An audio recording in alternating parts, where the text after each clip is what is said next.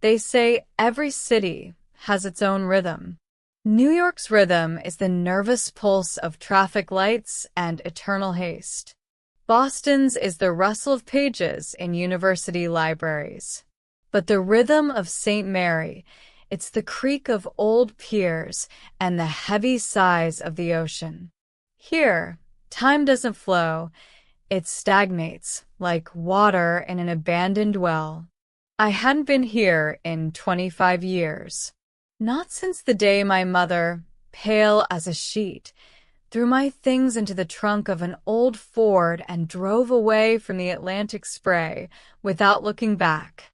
She never explained why. She just said, "There's no life there anymore, Anna. Only shadows." Aunt Grace's house met me as if it had been waiting for this meeting, with a hidden grudge. Tall, Victorian, with peeling gray paint, it stood on the very edge of the cliff. Its dust-covered windows looked like the sightless eyes of an old man. Grace was the only one who stayed after my father, Captain Arthur Miller, went missing at sea back in '85. I stepped out of the car. The wind immediately whipped my face, bringing the scent of iodine and rotting seaweed. In my hands, I clutched a heavy ring of keys and an envelope from the notary. Strange, isn't it? The condition of the will sounded like the start of a cheap thriller. Spend 3 nights in the house alone. These days, with a smartphone in every pocket and a Starbucks 40 minutes away, it seemed like the whim of a lonely woman. But as I put the key in the lock, a strange shiver ran down my arm. The metal was ice cold despite the July heat.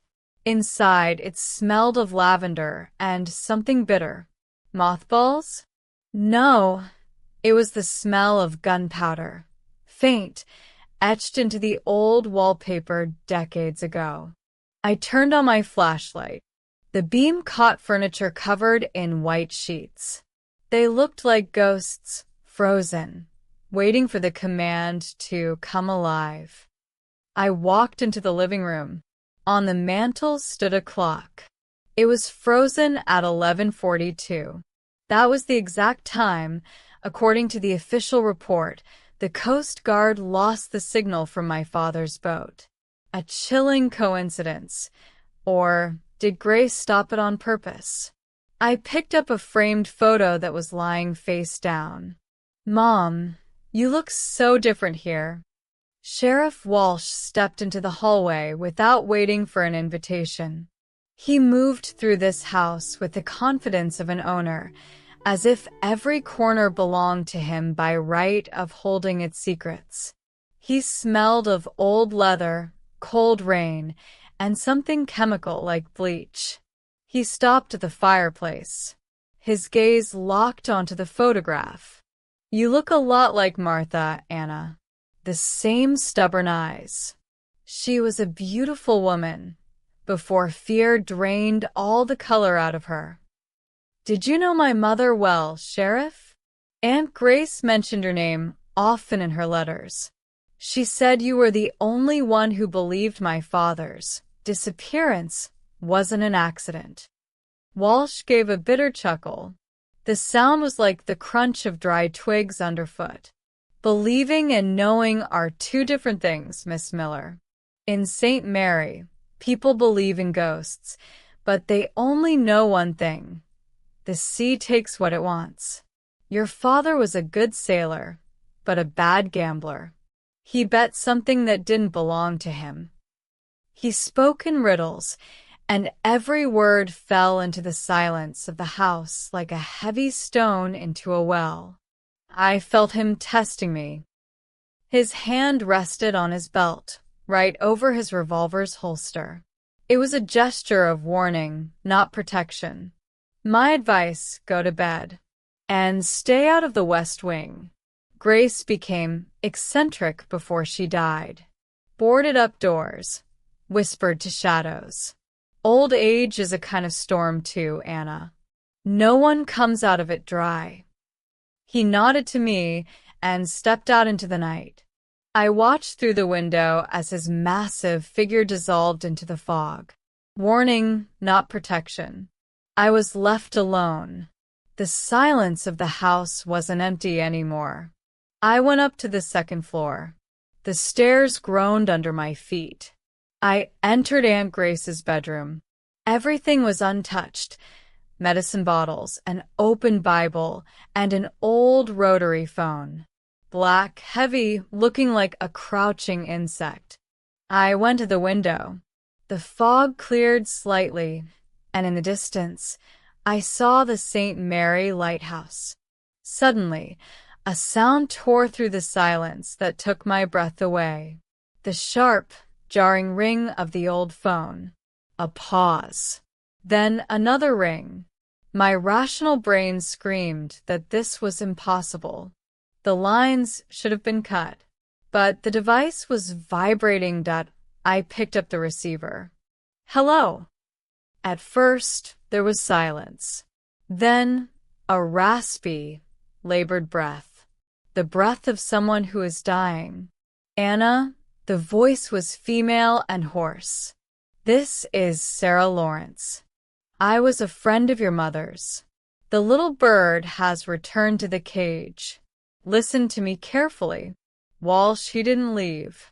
He's standing at the base of the cliff, waiting for the light in your window to go out. He's looking for what Arthur hid under the angel's wings. Angel's wings? How do you know that name? Who are you? I'm the one who paid for your silence with my life. Don't believe a word Walsh says. He didn't kill your father for the gold. He killed him because Arthur found out who was really at the helm of the Black Widow. Find the diary, Anna. It's in the library behind leather and dust. If Walsh finds it first, you'll never leave this island. The line went dead. The silence became deafening. I rushed to the library. It was a massive room, packed with books. I began frantically searching the shelves. Behind leather and dust. What did that mean? I ran my hand over the spines and felt a hidden panel covered in dried calfskin. The bookcase slid aside with a heavy groan. Behind it was a narrow niche. There lay my old tin soldier with the broken arm, and a leather-bound notebook, property of Arthur Miller, captain and father. I opened the last page. The handwriting was illegible, as if the hand were shaking with terror. Entry dated September 14th, 1985. Today I saw the face of the beast. It's not the sea that takes lives. Walsh brought a man to the lighthouse. A man who shouldn't have existed. If I don't return, Martha, run. Take Anna and run. At that moment, I heard a sound. From below. From the basement.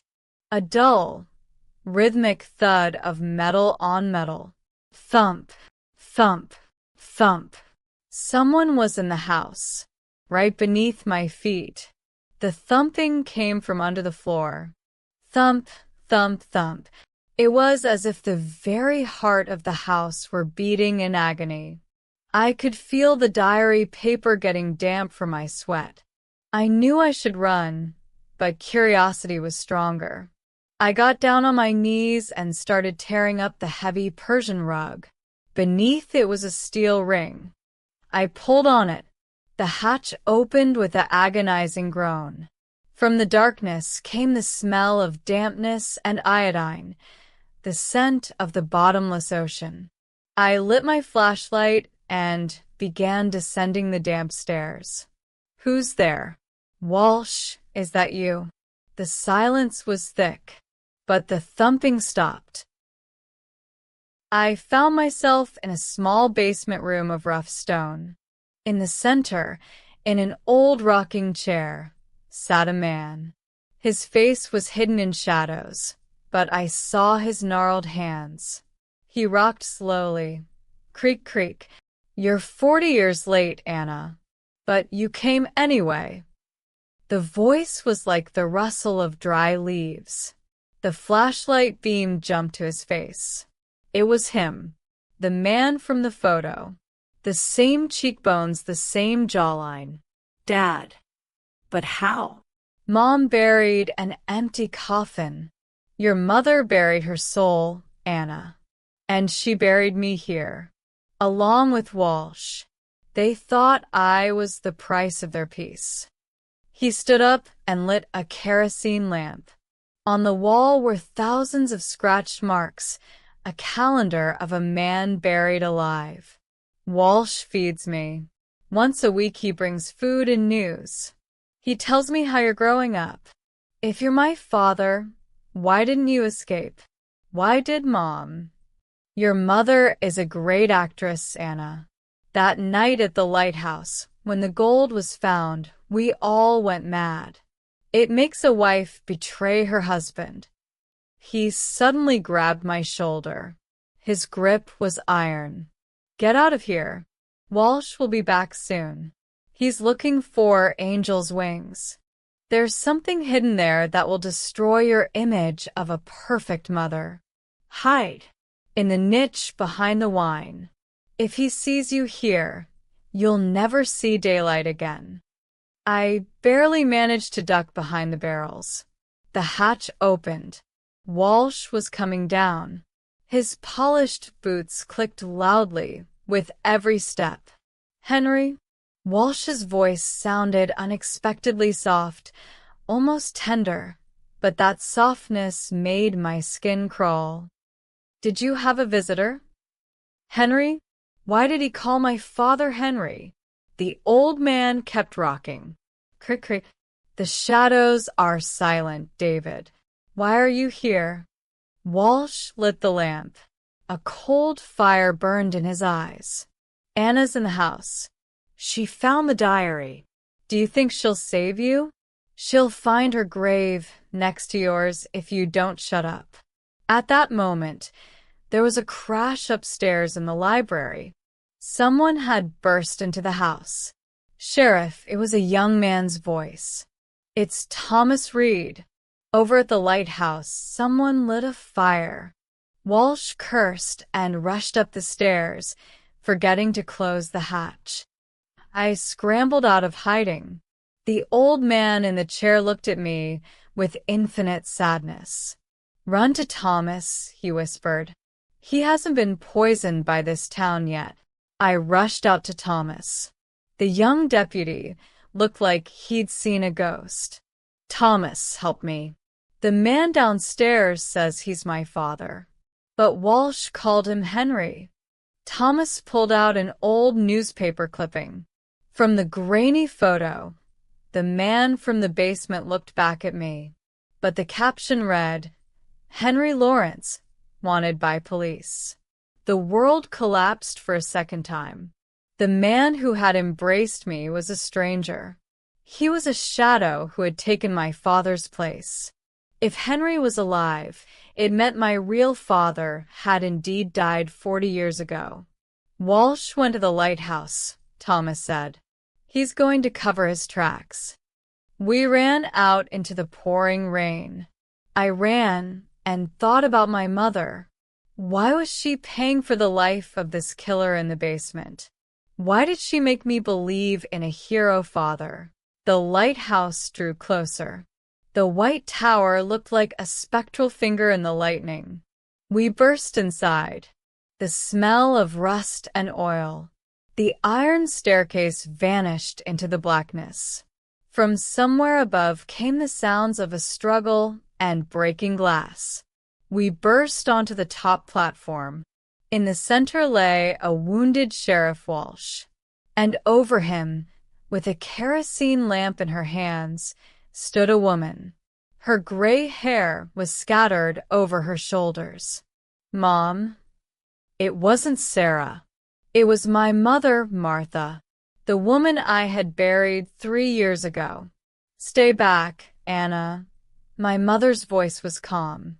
The real beast was always inside me.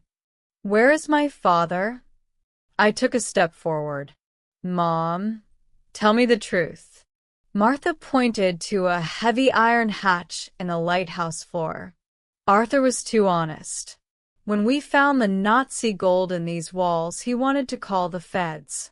I looked at you and realized honesty wouldn't give you a future. When he turned his back, I just pushed him. My mother killed my father, not the sheriff. Her. Walsh helped me for a share of the loot. We hid Henry in the basement, so we'd always have a scapegoat. I left with you, living on your father's blood money. But the gold is gone, Anna. I came back for the last part. Walsh tried to reach for his gun, but Martha kicked him hard. Anna, baby, I did it for you. Henry in the basement, he loved me. Truly. He agreed to that cage just so I could be free. Tell him we'll meet in the next life where there is no gold. Before we could do anything, Mom took a step back. She simply vanished into the gray mist of the fog. I rushed to the railing, but saw only the violent foam of the ocean, swallowing my family's secret forever. A month has passed. St. Mary is slowly returning to its sleepy life. Walsh was tried for corruption. Henry Lawrence never left his cage. They found him dead in the chair a week later. On his knees lay the tin soldier. I sit on the shore and look at the water. In my hands, I have my father's diary. The last page, found in my mother's raincoat pocket, says, "Beware of what glitters in the dark." Now I know that the most terrifying darkness is within us. I close my laptop. My story is over. But when I close my eyes, I still hear that rhythmic thud in the basement. Thump, thump, thump. As if the past is still trying to reach me, demanding its share. All that could be heard was the sound of the receding tide, gradually dying down. My friends, thank you for watching the story to the very end. Life often turns out to be more complex than any script, and sometimes the ones we love the most hide the most terrifying secrets. What do you think? Does a mother's love justify a crime? Could Anna have acted differently after learning the truth about her family? Your opinion matters to me. Share your thoughts in the comments. I make sure to read every single one. If this story made you think or simply brighten your evening, please give it a like and subscribe to the channel. Your support helps me create new stories for you. Take care of yourselves and your loved ones. And remember, sometimes it's better to leave old doors closed. See you in the next video.